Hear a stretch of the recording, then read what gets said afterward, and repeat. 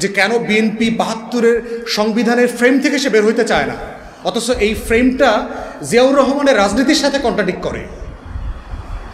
চুপ্পুকে সরাইতে চায় না, সে গণ অভ্যুত্থানকে জুলাই ঘোষণাপত্রে এবং জুলাই সনদের ভিতরে আনতে চায় না, সেটাকে খুব ছোট করে রাখতে চায়। এবং এইটা করার মধ্য দিয়ে যে জাতীয়তাবাদী রাজনীতিটা নষ্ট হয়ে যাচ্ছে, যেটা তো আলটিমেটলি বিএনপি লিড করতেছে, যেটা আমরা বারবার বলছি যে আপনাকে এটা কারেকশন করতে হবে, কারণ এতে শহীদ প্রেসিডেন্ট জিয়াউর রহমানের যে রাজনীতি সেটা ক্ষতিগ্রস্ত হচ্ছে। এবং এটা ক্ষতিগ্রস্ত হলে আমরা কালেকটিভলি সবাই ক্ষতিগ্রস্ত হব। দিল্লির আধিপত্যবাদের বিরুদ্ধে যে লড়াই, এই লড়াইটা তো বাংলাদেশে জিয়াউর রহমানই মেইনলি লড়েছেন।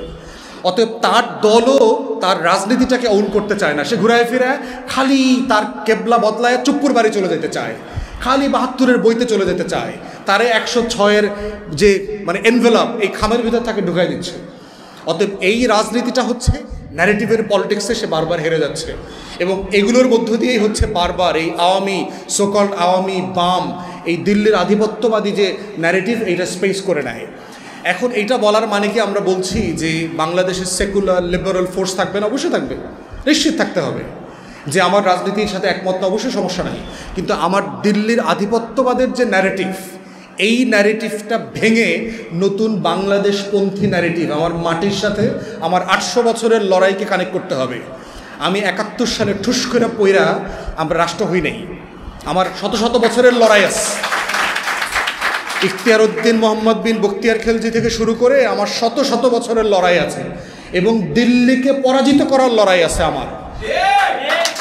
তাহলে যেই মাটি দিল্লিকে পরাজিত করছে, দিল্লি শাসকদেরকে বাধ্য করছে সন্ধি চুক্তি করতে, এবং আমার এই দিনাজপুরের এলাকাতে এইখানে ফোর্টের যুদ্ধেতে সে পরাজিত হয়েছে দিল্লির এম্পায়ার। এইটা যেই জাতির এত গর্বের, সেই গর্বের প্রত্যেকটা জায়গা থেকে এই জাতির জেনারেশনকে ডিসকানেক্ট করে ফেলছে। হিস্ট্রির ভিতরে কিচ্ছু নাই যে ইতিহাস পড়লে একটা মাটির সন্তানরা বুক ফুলায় বলতে পারে yes I M A son of Bengal, আমি একজন বাংলার সন্তান, এই কথাটা বলতে পারে। এই গর্বের কোনো ইতিহাস নাই।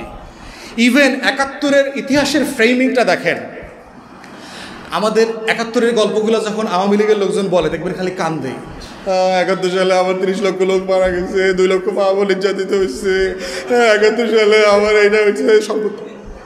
বিজয়ী জাতি কোনোদিন মৃত সোলজারদের সংখ্যা কাউন্ট করে নাকি? যুদ্ধের পরে কি হয়? ওরা শহীদ হয়ে গেছে, বীর দাফন কাফন করে পতাকা নিয়ে আগায় যেতে হয়। I am proud of the soldier sacrifice.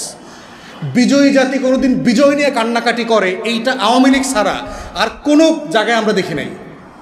এবং দেখবেন যে ৭১ নিয়ে খালি আওয়ামী লীগ কান্নাকাটি করে ভাই ভাই, কারণ ও তো যুদ্ধ করে না, ও তো চোর, ও তো ওর মধ্যে হীনমন্যতা কাজ করে। ও কলকাতায় গিয়া সোনাগাছি আর ধর্মচালায় তো খাট কাঁপায়া যুদ্ধ করছে।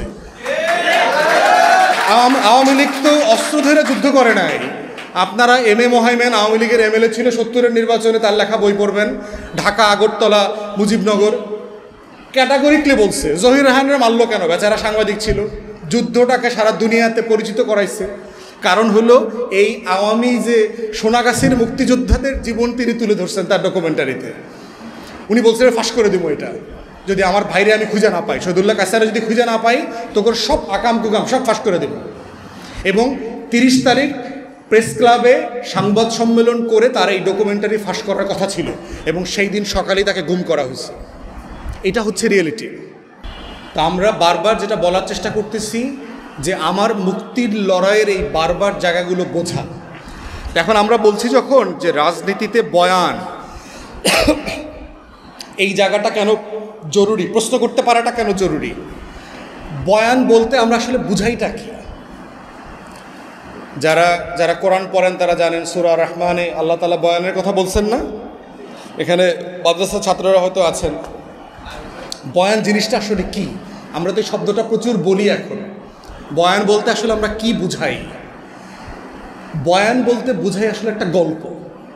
একটা জাতি কিভাবে তৈরি হয়, একটা গল্প লাগে একটা জাতি তৈরি করতে। আপনারা যদি ব্রেভ হার্ট কেউ দেখে থাকেন, স্কটিশ ইন্ডিপেন্ডেন্সকে নিয়ে, দেখবেন যে স্কটিশ ইন্ডিপেন্ডেন্সের একটা গল্প আছে, এবং গল্পটা কিভাবে তৈরি হয়। আমার যে লড়াই, শত শত বছরের মুক্তির লড়াই, আজাদির লড়াই, এই গল্পটার অনেকগুলো উপকরণ লাগে। আমরা এই উপকরণগুলোর যোগফলের নাম হচ্ছে বয়ান। এখন বয়ান কোনটা ধরেন, বয়ান হইতে হইতে কী কী উপকরণ লাগে? বয়ান হওয়ার প্রথম উপকরণ হচ্ছে বয়ানে কিছু ব্যক্তি লাগে যারা ওই জাতির হিরো আকারে প্রতিষ্ঠিত হয়, যারা একটা ক্রিটিক্যাল টাইমে লিডারশিপ দেয়। বয়ানের প্রথম উপকরণ ব্যক্তি লাগবে, মনে রাখবেন। দ্বিতীয়ত হচ্ছে বয়ান তৈরি করার দ্বিতীয় উপকরণ হচ্ছে ঘটনা। থার্ড হচ্ছে সাল, সময়। ফোর্থ হচ্ছে গল্পটা কিভাবে বলছেন। একটা গল্প অনেকভাবে বলা যায় না? আওয়ামী লীগের লোকরা যারা যুদ্ধ না করে মুক্তিযোদ্ধা, ওরে যখন 5 বছর বয়সে মুক্তিযোদ্ধা ভাতার জন্য ইন্টারভিউ করতেছে, ওরে জিজ্ঞাসা করতেছে অস্ত্র কেমনে ধরতে হয়, তো সে এই নালাটা আছে না যেটা দিয়ে গুলি বাইর হয়, এটারে এর দিকে দিছে, বুকের দিকে দিছে, দিয়া ওই পাশটা ওই পাশে দিছে, দিয়া বলছে স্যার এটা এমনি দিতে হয়। তো বলতেছে গুলি কর, বাট এখন করলে কিন্তু তোর বুকে লাগবে। ব্যাপারটা তাই না? তাহলে এখন হচ্ছে যুদ্ধের গল্পটা কিভাবে বলতেছে তার উপরে কিন্তু ডিপেন্ড করতেছে আসলে সে যুদ্ধ করছে কিনা। তাহলে 71 সালকে কিভাবে বলা হচ্ছে, 71 সালের এই যে আওয়ামী লীগের একটা গল্প আছে, আবার 71 সালকে বিএনপি কিভাবে বলে। বিএনপির একটা ব্যাখ্যা তাফসির আছে না 71 সালের, যে যখন দেশ নেতৃত্বহীন ছিল, শেখ মুজিব 25শে মার্চের রাতে পালায়ে চলে গেছে, প্রধানমন্ত্রী হইতে না পারার ব্যর্থতা মেনে নিতে পারে নাই, দেশের ভিতরে কোনো নেতৃত্ব ছিল না, এই সময় এরকম অকাল অন্ধকারের আমাবস্যার ভিতর থেকে মধ্যরাতে এক অচেনা মেজর এসে মাইকে বললেন যে আই রিভোল্ট।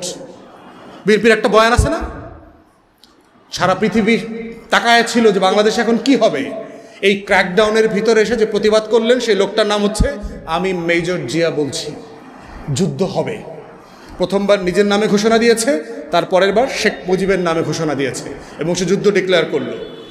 তাহলে এই যে ধারাবাহিকতা, যে এটার মধ্য দিয়ে জিয়াউর রহমান স্বাধীনতার ঘোষক হিসাবে আবির্ভূত হলেন এবং তার নেতৃত্বে 75 পরবর্তী বাস্তবতায় যেটা হয়েছে, দিল্লির আধিপত্যবাদ বিরোধী যে রাজনীতি, সেই রাজনীতির ফাউন্ডেশন উনি তৈরি করেছেন, যে দিল্লিকে বাইরে রেখে দেশপ্রেমিক সকল শক্তিকে নিয়ে একটা রাজনীতির ফেনোমেনা তৈরি করতে হবে এবং সেই ফেনোমেনার ভিতরে সব রাজনীতি থাকবে, একটা মাল্টি পার্টি ডেমোক্রেসি থাকবে, সমালোচনা করার থাকবে, অধিকার থাকবে, পত্রিকা থাকবে, চতুর্থ সংবিধান সংশোধনী এবং বাকশাল যা যা করেছে সেগুলো তিনি আন্ডু করলেন।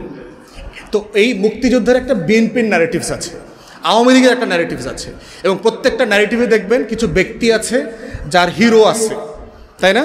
আওয়ামী লীগ হলো শেখ মুজিবরে বেচে এবং শেখ মুজিবরে বেচতে গিয়া সে অন্য যত নায়ক আছে সবাইকে আবার নাই করে দিয়েছে। তাহলে যে যুদ্ধ করে নাই, যে পালায়া গেছে, যুদ্ধের সময় যে নেতৃত্ব দেয় নাই, তার নামে একটা কাল তৈরি করতে হয়েছে এই যুদ্ধের গল্পটা বানানোর জন্য। এবং এই কারণে দেখবেন যে মুক্তিযোদ্ধা কোন দলে বেশি, আওয়ামী লীগে বেশি না বিএনপিতে বেশি? বিএনপিতে বেশি। প্রতীকধারী, খেতাবধারী মুক্তিযোদ্ধা সংখ্যা যদি দেখেন সেক্টর কমান্ডার থেকে শুরু করে, বিএনপিতে মুক্তিযুদ্ধের সংখ্যা অনেক বেশি। কারণ আওয়ামী লীগ তো মুক্তিযোদ্ধার দল না, এটা হলো ছ্যাঁচড়া টাউট বাটপার ডাকাইতের দল। আমার বাবা তো মুক্তিযোদ্ধা ছিল, এলাকার যত ডাকাতি হয়েছে 71 সালে এর 90%-এর সাথে আওয়ামী লীগের লোকজন ধরেছিল। এবং আমার বাবার কাছ থেকে শুনছি এলাকার আওয়ামী লীগের ডাকাতদেরকে আইনা গাছের সাথে বাইন্দা পিটাইতো, তখনকার দিনের বিচার ছিল। সোনাদানা চুরি করতো, হিন্দু বাড়িতে ডাকাতি করতো, এগুলো সব আইনা তাদেরকে আবার উদ্ধার করে দিতে হইতো। তাহলে আওয়ামী লীগ হলো মুক্তিযুদ্ধের ব্যবসায়ী দল, এই জন্য তার একটা ব্যবসার ন্যারেটিভস আছে। কিন্তু আর একটা ন্যারেটিভ হচ্ছে আওয়ামী লীগের আর এক অংশ, সেই অংশ হচ্ছে তাজউদ্দিন আহমেদের, এবং ওই অংশটা আবার আওয়ামী লীগ দেয় না, বলতে চায় না। কিন্তু যুদ্ধের আর একটা বড় ন্যারেটিভের জায়গা হচ্ছে আমাদের সেক্টর কমান্ডাররা যারা ছিলেন, কর্নেল ওসমানী থেকে শুরু করে আমাদের এই যে প্রত্যেকটা মিলিটারি অফিসার, শহীদ প্রেসিডেন্ট জিয়াউর রহমান এবং বাকি যারা ছিলেন, তারা এই আর একটা ন্যারেটিভের গল্প তৈরি করেছেন। এখন দুইটা গল্পেরই প্রবলেম হচ্ছে, এই দুইটা গল্পই 71কে ছাপায় যেতে পারে না। দুইটা গল্পের লিমিটেশন হচ্ছে যে 71-এর আগে যে আমার শত শত বছরের এই মাটির লড়াই আছে, এই লড়াইটাকে সে আনতে পারে না। দুইটা গল্পের লিমিটেশন হচ্ছে সে ব্রিটিশ বিরোধী আন্দোলনে এই বাংলার মানুষের যে ভূমিকা, স্যাক্রিফাইস, ইভেন আপনার এই যে আফগান সীমান্তে ব্রিটিশদের সাথে যে যুদ্ধ হয়েছে, বাংলাদেশের মহিলারা সোনা দানা হাজারে হাজারে লাখে লাখে ভরি সোনা দান করে দিয়েছে। সেই যে আহমদ শহীদ সাহেবদের, আহমদ বেরলভীদের সাথে যে যুদ্ধ যে শত্রুদের সাথে করেছেন, ব্রিটিশদের সাথে করেছেন, বাংলার এই বিশাল হিস্ট্রি আছে, কন্ট্রিবিউশনের জায়গা আছে। তারপরে চিটাগংয়ের যে সিপাহী ছিলেন রজব আলী খান, হাবিলদার রজব আলী খান, ওনার নেতৃত্বে যে প্রথম ব্রিটিশ বিরোধী সিপাহী বিদ্রোহ শুরু হয়েছে। অত এই বাংলার এই যে লড়াইগুলো আছে, এইটা কখনোই ৭১ ছাপায়া যায় না।